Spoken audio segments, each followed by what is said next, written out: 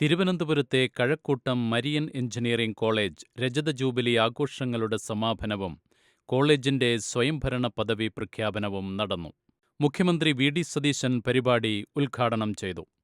AI. സാങ്കേതികവിദ്യ ഏറെ പുരോഗമിച്ചുകൊണ്ടിരിക്കുന്ന ഈ കാലഘട്ടത്തിൽ മനുഷ്യന്റെ രോഗകാരണം കണ്ടെത്തി പരിഹരിക്കപ്പെടുന്ന തലത്തിലേക്കുയരുന്നത് ശാസ്ത്രത്തിന് വലിയൊരു നേട്ടമാകുമെന്നും അദ്ദേഹം പറഞ്ഞു. കഴിഞ്ഞ നൂറ്റാണ്ടിൽ ഒരാൾ മരിച്ചു. എന്താ കാരണം? ഒരു നെഞ്ചുവേദന വന്നു പോയെന്ന് പറയും. ഇപ്പൊ നെഞ്ചുവേദന വന്നാലോ ഡോക്ടർ ട്രെഡ്മില്ലിൽ ഓടിക്കും, ECG എടുക്കും, അല്ലെ, ആൻജിയോപ്ലാസ്റ്റി ചെയ്യും, വേണ്ടി വന്നാൽ ബൈപ്പാസ് സർജറി. 4 ദിവസം കഴിയുമ്പോൾ എഴുന്നേറ്റ് ജോലിക്ക് പോകാൻ പറയും. അതാണ് വ്യത്യാസം. അപ്പൊ അടുത്ത നൂറ്റാണ്ടിൽ ആ മെഡിക്കൽ സയൻസിന്റെ വളർച്ച എത്രയാ? ആർട്ടിഫിഷ്യൽ ഇന്റലിജൻസ് ആണ്. എന്ന് ചോദിച്ചാൽ അപ്പൊ തന്നെ നമ്മളെ ഈ കാർ കൊണ്ടുപോയി വർക്ക്ഷോപ്പിൽ ഇടുമ്പോൾ സ്കാൻ ചെയ്യുന്നത് പോലെ നമ്മളെ ഒന്ന് സ്കാൻ ചെയ്യും. എന്നിട്ട് പറയും തന്റെ അസുഖം ഇതാണ്. ഡയഗ്നോസിസ് കഴിഞ്ഞു.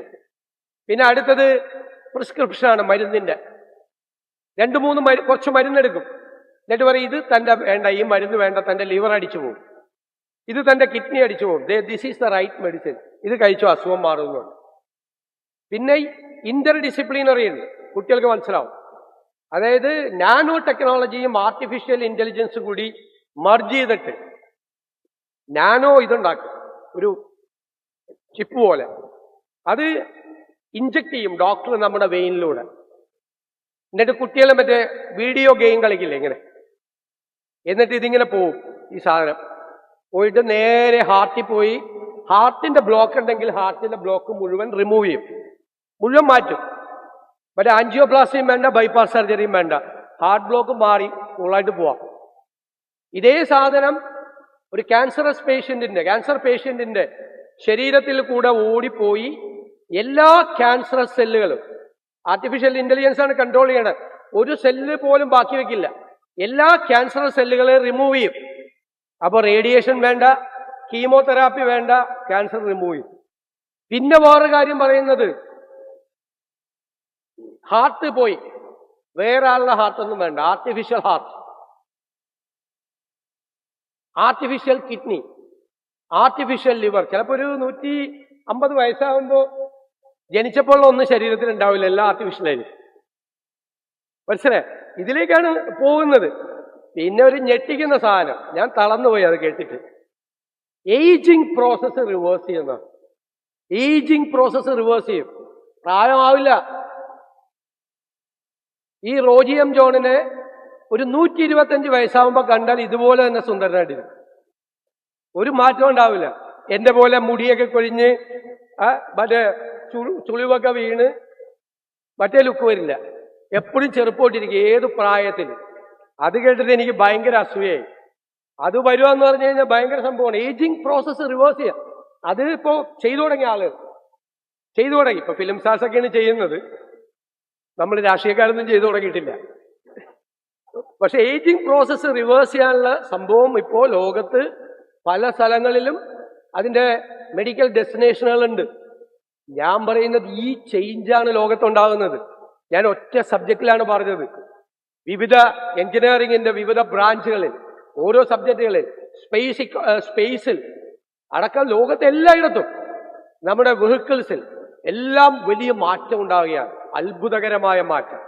ആ മാറ്റത്തെ അപ്ഡേറ്റ് ചെയ്യാൻ, ആ നോളജിനെ അപ്ഡേറ്റ് ചെയ്യാൻ നമുക്ക് കഴിയണം. അതാണ് നിങ്ങളുടെ മുമ്പിലുള്ള ചാലഞ്ച്. തിരുവനന്തപുരം ലത്തീൻ അതിരൂപത archbishop doctor Thomas J Netto അധ്യക്ഷത വഹിച്ചു. തിരുവനന്തപുരം ലത്തീൻ അതിരൂപത വിദ്യാഭ്യാസത്തെ വെറും അറിവ് പകരുന്ന ഒരു സംവിധാനമായി അല്ല കാണുന്നത്, അത് ഒരു വിശുദ്ധ ശുശ്രൂഷയായാണ്. സാമൂഹികമായോ സാമ്പത്തികമായോ ഉള്ള വ്യത്യാസങ്ങൾക്ക് അതീതമായി ഓരോ വിദ്യാർത്ഥിക്കും ദൈവം നൽകിയ കഴിവുകൾ വികസിപ്പിക്കാനുള്ള അവസരം ലഭിക്കണമെന്നതാണ് സഭയുടെ കാഴ്ചപ്പാട്. വിദ്യാഭ്യാസം വ്യക്തിയുടെ ബുദ്ധിയെ പ്രകാശിപ്പിക്കുകയും സ്വഭാവത്തെ രൂപപ്പെടുത്തുകയും കരുണയും അനുതാപവും വളർത്തുകയും സമൂഹ പുരോഗതിക്കായി യത്നിക്കാനുള്ള പ്രതിബദ്ധത നൽകുകയും ചെയ്യണം. ഈ മഹത്തായ ദർശനമാണ് പതിറ്റാണ്ടുകളായി തിരുവനന്തപുരം അതിരൂപതയുടെ വിദ്യാഭ്യാസ പ്രവർത്തനങ്ങൾക്ക് പ്രചോദനമായത്. മന്ത്രി റോജി എം ജോൺ കോളേജിന് UGC അനുവദിച്ച സ്വയംഭരണ പദവി പ്രഖ്യാപനം നടത്തി. 25 വർഷം എന്ന് പറയുന്നത് കേവലം ഒരു സംഖ്യ അല്ലെങ്കിൽ വർഷങ്ങളുടെ എണ്ണം മാത്രമല്ല. ഈ പ്രദേശത്തെ സാധാരണക്കാരായ ജനങ്ങളുടെ മക്കളെ, വിദ്യാർത്ഥികളെ അവരെ സ്വപ്നം കാണാൻ പഠിപ്പിക്കുകയും അവരുടെ സ്വപ്നങ്ങൾക്ക് ചെറുകമുളപ്പിക്കാൻ അവരെ പരിശീലിപ്പിക്കുകയും ഒക്കെ ചെയ്ത 25 വർഷങ്ങളാണ് എന്ന് പറയുന്നതിൽ വളരെയധികം സന്തോഷമുണ്ട്. 25 വർഷങ്ങൾക്ക് മുമ്പ് 2001 കാലഘട്ടത്തിൽ കേരളത്തിൽ സ്വാശ്രയ സ്ഥാപനങ്ങൾക്ക് തുടക്കം കുറിക്കുവാനായി അന്നത്തെ ഗവൺമെന്റ് തീരുമാനമെടുത്തപ്പോൾ വലിയ തോതിലുള്ള വിമർശനങ്ങളൊക്കെ അന്ന് ഉയർന്നു വന്നിരുന്നു. പക്ഷേ ആ തുടക്ക കാലഘട്ടത്തിൽ തന്നെ അന്നത്തെ ആ അവസരം പ്രയോജനപ്പെടുത്തി ഇവിടെ ലത്തീൻ അതിരൂപതയുടെ നേതൃത്വത്തിൽ ഇങ്ങനെയൊരു കലാലയം ഇവിടെ ആരംഭിച്ചത് വഴി ഇവിടെയോ എത്രയോ തലമുറകൾക്ക്, എത്രയോ ആയിരം വിദ്യാർത്ഥികൾക്ക് എഞ്ചിനീയറിംഗ് വിദ്യാഭ്യാസം പ്രാപ്യമാക്കുവാനായിട്ട് സാധിച്ചു.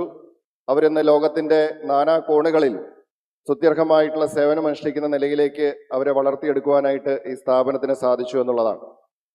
അന്ന് നമുക്കറിയാം, ഇവിടെ ഒരു കാലഘട്ടത്തിൽ എഞ്ചിനീയറിംഗ് വിദ്യാഭ്യാസം ഒരു സാധാരണക്കാരൻ്റെ മകനോ മകൾക്കോ പ്രാപ്യമല്ലാതിരുന്ന ഒരു സാഹചര്യത്തിൽ നിന്നും അത് സാർവത്രികമാക്കുന്നതിനും സാധാരണക്കാരിലേക്ക് എത്തിക്കുന്നതിനുമൊക്കെ ഈ കലാലയം സ്ഥാപിതമായതുവഴി സാധ്യമായി എന്നുള്ളത് ചരിത്രം സാക്ഷ്യപ്പെടുത്തുന്ന കാര്യം തന്നെയാണ്. കോളേജ് സ്ഥാപക patron archbishop emeritus doctor M Soosapakiam, മന്ത്രി CP John, Ramya Haridas MLA, KTU vice chancellor doctor Ciza Thomas തുടങ്ങിയ പ്രമുഖർ പരിപാടിയിൽ പങ്കെടുത്തു. ഒരു ലളിതമായ നിലയിൽ തുടങ്ങി ഇന്ന് മഹത്തായ ഒരു നിലയിലേക്ക് എത്തിയിരിക്കുകയാണ്. എൻ്റെ ഒരു വലിയ ആഗ്രഹം, ഒരു സ്വപ്നമെന്ന് പറയുന്നത് ഈ മാരീൻ എഞ്ചിനീയറിംഗ് കോളേജ് ഏതാനും വർഷങ്ങൾ കൊണ്ട് ഒരു സർവകലാശാല തന്നെയായി വളരണം എന്നാണ്. അതിന് ഏതാനും വർഷങ്ങൾ കൊണ്ട് തന്നെ ഒരു സർവകലാശാല പദവി ഈ കോളേജിന് ലഭിക്കട്ടെ എന്ന് മാത്രം ആശംസിക്കുന്നു. ഒരു സ്ഥാപനം അങ്ങനെ വളരുമ്പോൾ കാലം അതിനോട് ചോദിക്കുന്ന ഒരു ചോദ്യമുണ്ട്. നിങ്ങൾ ഇന്നും ഇന്നലെയുടെ ഒരു പ്രശസ്തിയിലാണോ ജീവിക്കുന്നത് എന്നുള്ളത്, അതോ നാളെയുടെ മികവ് സൃഷ്ടിക്കുകയാണോ ലക്ഷ്യം എന്നുള്ളത്? ഇന്നലെയുടെ വിജയം ആഘോഷിക്കുന്നതിനേക്കാൾ, ഭൂതകാലത്തിൻ്റെ മഹത്വത്തിൽ വിശ്രമിക്കുന്നതിനേക്കാൾ നാളെയുടെ വിജയങ്ങൾ സൃഷ്ടിക്കാനാണ് ഈ സ്ഥാപനം ശ്രമിച്ചിട്ടുള്ളത് എന്ന് ഞാൻ കരുതുന്നു.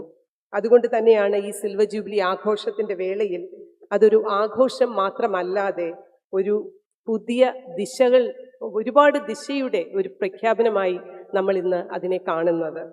25 വർഷം മുമ്പ് എനിക്ക് തോന്നുന്നു എങ്ങനെയായിരിക്കാം ഈ കോളേജ് തുടങ്ങിയ സമയത്ത്, തുടങ്ങുമ്പോൾ മാനേജ്മെൻറ്റിൻ്റെ ഉള്ളിലെ ചിന്ത ഏറ്റവും മികവുറ്റ എഞ്ചിനീയർമാരെ എങ്ങനെ നമുക്ക് വാർത്തെടുക്കാൻ സാധിക്കുമെന്നാണെങ്കിൽ, ഇന്ന് 25 വർഷം കഴിയുമ്പം ഓട്ടോണോമി സ്റ്റാറ്റസുമായി നിൽക്കുമ്പോൾ അവർ കേരളത്തിൻ്റെ എല്ലാ പ്രശ്നങ്ങളെയും എങ്ങനെ അറിവുകൊണ്ടും സാങ്കേതിക വിദ്യ കൊണ്ടും അതുപോലെ നൂതന ആയിട്ടുള്ള ആശയങ്ങൾ കൊണ്ടും അത് എങ്ങനെ നമുക്ക് അതിൽ പങ്കാളിയാകാൻ സാധിക്കും എന്നുള്ള ഒരു ചിന്തയിലാണ് ഇന്നിവിടെ നിൽക്കുന്നത് എന്ന് എനിക്ക് തോന്നുന്നു. കരുണാമയനേ കാവൽ വിളക്കേ കനിവിൻ നാളമേ,